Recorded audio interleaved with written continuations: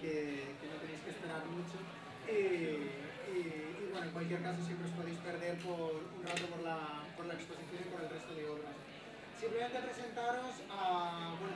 Silvia Martínez, Remedios Zafra, Servando Rocha. Primero va a hablar Remedios Zafra, decir que es escritora y profesora de arte, innovación y cultura digital en la Universidad de Sevilla y Políticas de la Mirada en la Universidad Carlos III de Madrid. Es una intensa escritora, yo creo, y lo digo en todos los sentidos, porque si habéis leído algunas de sus últimas publicaciones, como Hadas, Mujeres que crean, programan, consumen y teclean, ella va tejiendo, y nunca mejor dicho, en el sentido que la teje Remedios Zafra,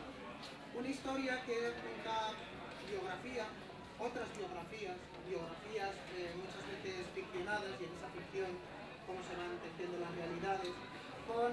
hechos históricos, con reflexiones sobre los medios, la relación que precisamente tenemos con otros cuerpos, de nuevo, o con esos cuerpos ampliados que siempre han estado de alguna manera, esas tecnologías que siempre han estado y que muchas veces pueden pasar inadvertidas precisamente por lo cotidianas que son.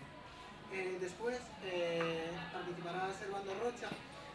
que, como sabéis, es miembro fundador del colectivo de trabajadores culturales La Felguera, surgido en 1996, y gestiona la editorial del mismo nombre.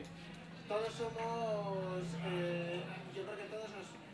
mostramos siempre un gran interés por sus publicaciones, especialmente, algunas de las últimas, como La Facción Caníbal, el año pasado, donde iba tratando aquella otra historia en la que se juntaban desde asesinos en serie, revolucionarios, punks y situacionistas en un mismo libro, por así decirlo, ¿no? Por otro lado, y por supuesto, uno de sus últimos libros ha sido precisamente El día que Kurt Cobain conoció a William Burroughs, ¿no? El Nada es verdad, todo está permitido, y que esperemos que también, sobre todo luego en la ronda de preguntas, podamos abordarte con muchas preguntas sobre el grunge y sobre los fans de Burroughs también, del Beat. Y a mi derecha del todo, que desde luego no lo es en este caso, Silvia Martínez, que es musicóloga, y como ella dice, lleva más de media vida investigando prácticas musicales populares, ¿no? Algunas de sus líneas de investigación, yo creo más interesantes, han sido desde los fans del heavy metal y sobre todo la escena del extreme metal, y por supuesto también de Chris de la Copla, de lo que nos iba a hablar. Tampoco son tan distintos, ¿no? Precisamente en aquellas construcciones corporales o narrativas que pueden tener. Nada más, vamos a empezar con Remedios, y ya sabéis, tendrán una presentación, como dimos, 15 minutos, cada uno de ellos, y después pasaremos al debate con todos vosotros. Bueno, pues buenas tardes. Casi que empiezo disturbiando porque posiblemente me alargue un poquito más de los 15 minutos, pero aquí está Iván, me cortarás o me irás indicando. Quería comenzar comentando que las imágenes que voy a utilizar, para quienes me conozcáis o hayáis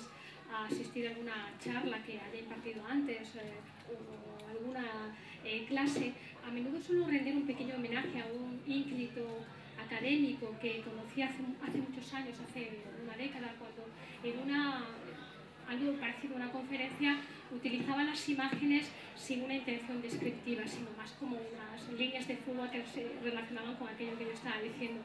Ese ínclito catedrático en su momento me dijo que las imágenes, tal como las usaba, le producía cierta esquizofrenia, pero utilizó también la palabra disturbio. Me viene al pelo para usar esa misma forma, esa misma manera de utilizar las imágenes, no ya porque quiera rendir homenaje exclusivamente a este señor, sino porque en gran medida, así como las ciberfeministas en sus manifiestos de antítesis hablaban no ya de lo que querían ser, sino de lo que no querían ser en relación a modelos de rechazo, definiciones por rechazo, ese ínclito suponía en gran medida un modelo de referencia por rechazo, ¿no? De aquello en lo que de alguna manera yo no me quería convertir. Así que, aunque en este caso no son imágenes que estén que sean divergentes respecto a la charla, pero sí que simplemente acompañarán como un background lo que os quiero comentar. bueno, además de dar las gracias a Iván y al festival por invitarme a hablar de fans y de riots, tema que me interesa especialmente, deciros que había pensado hablaros de las chicas como fans, pero que he preferido hacerlo de chicas que tienen fans, o mejor dicho, de chicas disturbio de las que he sido fan. En un primer momento pensé que lo idóneo para una presentación de este tipo sería que la forma fuera también coherente con el discurso y con lo que voy a comentar, así como en la escritura y en las formas de hacer y decir el mensaje, y de esto creo que sabe mucho el feminismo. Pensé en las letras duras y provocativas de influencia cyberpunk, en la estética y movimientos de las Riot Girls y en otras estrategias del arte feminista que implican parodiar, reiterar como forma de agotar y rendir un duelo a lo simbólico, desvelar las ausencias frente a las presencias, la falta de significado frente al esfuerzo por significar, las oscuridades y las periferias frente a las zonas iluminadas. Y creo que sí, que habría estado bien eso de subvertir los modos de decir de una conferencia, modos que en gran medida también reproducen las formas dominantes de pensamiento, y convertir en performance esta charla. Sin embargo, esa hipotética, esa posible performance habría sido con seguridad algo monstruoso, así que os he librado de ella, pues mis años como profesora harían que terminara comentando en todo momento lo que estoy diciendo y volviendo loco a Iván porque me pasaba de tiempo. Así que decididamente solo me valdré de formas más sutiles, especialmente de aquella que reivindica infiltrar la alteridad allí donde se desea un cambio, infiltrar en este caso pregunta política allí donde el contexto festivo anima tal vez a evadirse de ella. En relación al tema que nos reúne, y aunque mi timbre de voz no lo aparente, yo soy más de disturbios, o quiero ser más de disturbios que de ocasiones festivas, más de un acceso a la música íntimo y no tanto masivo, y más de máscara fam, que de máscara fan. Aunque confieso que existe algo que me punza e interesa en la pasión implícita en lo fan, en cómo este concepto habita la dificultad de la época que vivimos, especialmente en cómo las redes parecen estar cambiando la idealización en la que se apoya este fenómeno, convirtiéndonos a todos en personas que buscan fans paralelamente a ser fans de otros que nos han buscado como fans. Algo viable, dicen algunos antropólogos, porque los vínculos que cohesionan estas comunidades efímeras, de las que podemos hablar de esos fans en las redes sociales, por ejemplo,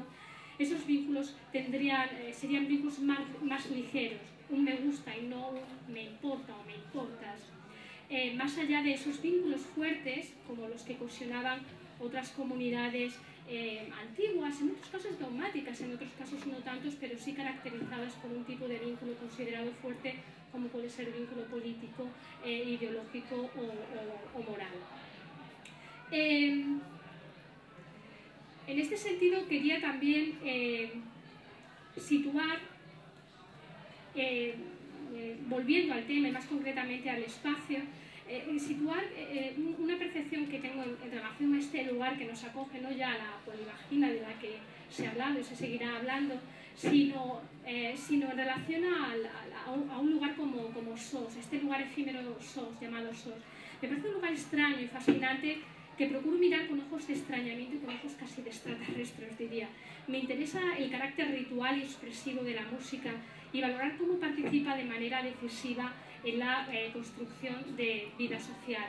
Me alucina cómo hoy somos capaces de congregarnos alrededor de la música, cómo la masa se convierte en una multitud que corea al unísono como si muchos fueran uno, recordando esas sociedades que también desde la antropología se han denominado como sociedades individuales, aquellas que conforman, muchos individuos conforman lo que podemos llamar un individuo, y que sugieren ese otro tipo de sociedades de aves o de insectos donde el conjunto conforma mientras se expresa un único individuo.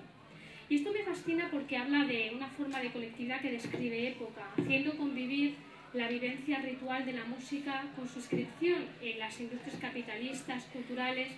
construyendo una colectividad efímera a la que parece unir una suerte de pasión y sintonía generacional capaz de convertirla en ese organismo o multitud con el que comparte experiencia estética, simbólica, identidad y posiblemente algo más o tal vez algo menos. Esta imagen se me solapa con las lecturas políticas y críticas que de aquí se desprenden. Las preguntas por quiénes están a cada lado del escenario o a cada lado de la pantalla, si lo lleváramos al contexto redes, quiénes producen y consumen cultura hoy, qué supone ser fans y qué razones hay para el disturbio. Frente a la congregación de otras posibles multitudes cohesionadas por esos lazos políticos como a las que apunta el feminismo, la multitud de estos contextos es claramente festiva, celebratoria, es decir, habla de algo que se comparte temporalmente y más de comparecencia, creo yo, antes que de pertenencia. En ese sentido, más de afinidad, en el sentido en el que hablaba Donna Haraway, que de identidad. Es más, tengo la impresión de que en estos contextos el pensamiento que intenta generarse y removerse en espacios como voces puede incluso contrastar con la filosofía de un concierto y en ese sentido disturbiar. Es decir, que las conferencias, las performances, lo que estamos haciendo en este pequeño espacio pueden ser aquí, o debieran ser, creo yo, el disturbio. En tanto quieren hacer pensar sobre esto de lo que formamos parte, a riesgo de que aquí no consigamos posiblemente ningún fan. Con seguridad, muchos de vosotros os identificaréis como fans de grupos que participan en SOS, o tal vez no, pero la música tiene el poder de despertar pasiones de manera rápida, incluso de manera colectiva. Regis Debray decía que no se puede leer un libro a varias personas ni medio dormido, pero varias personas pueden ver juntas un cuadro, una película o un concierto. Los fans están unidos por una pasión que parece hermanarles en algo que les identifica, admiran y desean. Bourdieu hablaba de la potencia simbólica del espectáculo, donde la identificación se produce sin esfuerzo, donde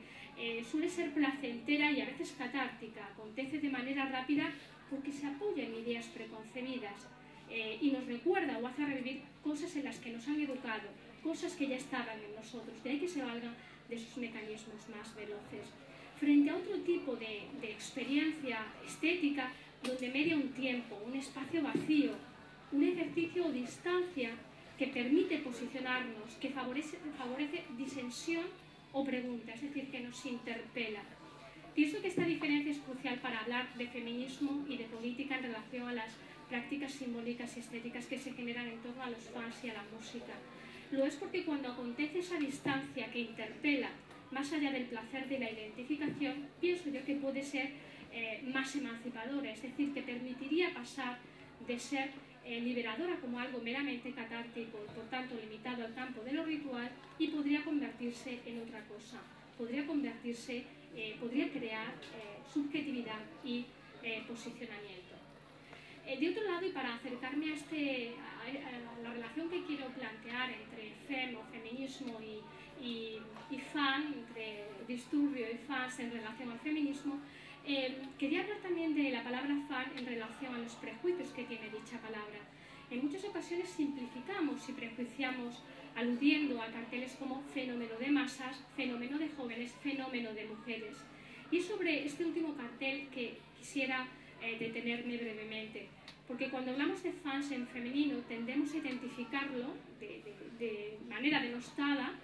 con grupos de chicas jóvenes y adolescentes hiperestetizadas y en ocasiones desubjetivadas, fuera de sí, consumidoras de todo tipo de merchandising de sus ídolos, con las que en ocasiones se mimetizan, desde una pasión fanática y extrema por la que sus vidas parecen girar en torno a lo que aman, admiran, desean, de esa imagen idealizada que a menudo los medios, casi siempre los medios, se empeñan en explotar y rentabilizar. Puestos a ironizar, más pareciera que en su pasión necesitan liberarse antes que identificarse, justo porque sobre ellas recae mucha mayor presión